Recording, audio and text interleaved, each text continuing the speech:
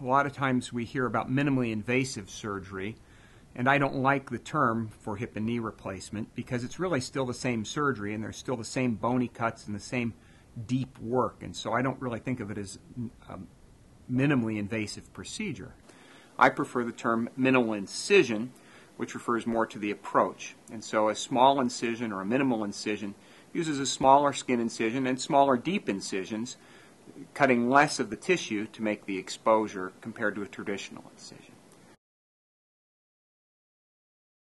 A partial knee replacement is in many ways a truly less invasive knee replacement, but it has a much narrower set of indications. A partial knee replacement is only replacing one of the three parts of the knee. We think of the knee in three parts, of having the inner or medial part, the outer or lateral part, and the under the kneecap or patellofemoral part.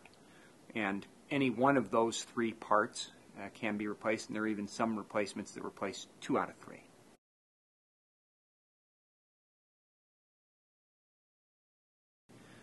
The decision for knee replacement is based on basically 3 components: the history, the physical, and the x-ray findings. From a subjective point of view, the alteration in lifestyle. How severe is the pain? Is it limiting you? Is it keeping you from doing the things that you enjoy, that keep you active, that keep you healthy? Are you able to walk? And it depends on a person's lifestyle what that might mean. For a 45-year-old person who's working, it might mean they can't get out of bed to go to work in the morning, or they have to call in sick, or that they're having to go home early from work, or they come home from work and they're in pain and their knee is swollen and painful. A retired person might be affected in their inability to go shopping, their inability to golf or play tennis or do reasonable recreational activities as opposed to running. So it has to be that it interferes in their life in a significant way where we have a reasonable expectation that we can make that better for them. On examination, we look for tender areas, pain in the joint, swelling in the joint, limitations in motion.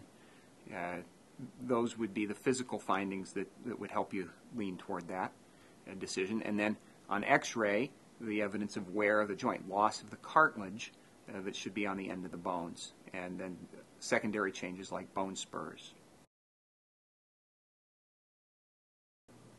I always like to start with non-operative management where possible. A lot of time patients have come to me having had good non-operative management by their primary care physician. We usually start with activity modification where possible, sometimes changing the alignment of the knee by wearing a brace or a shoe wedge can unload the worn part of the knee. It can include medical treatment with anti-inflammatories where appropriate with the patient's other medical conditions and when considering the risks of the medication. It might include injections of cortisone or injections of viscosupplementation, also known as hyaluronic acid, which is made from rooster combs or a synthetic version of that. These can all manage the pain and inflammation in the knee. They don't actually change the arthritis. They're managing the symptoms to make the arthritis livable. Sometimes surgical intervention might be appropriate if a person is having mechanical catching symptoms as part of their symptoms, particularly when that's greater than pain. And going in with an arthroscope and just either taking out a torn piece of cartilage or smoothing off a rough area might, for a while, alleviate the symptoms and get a little more mileage out of the knee they have.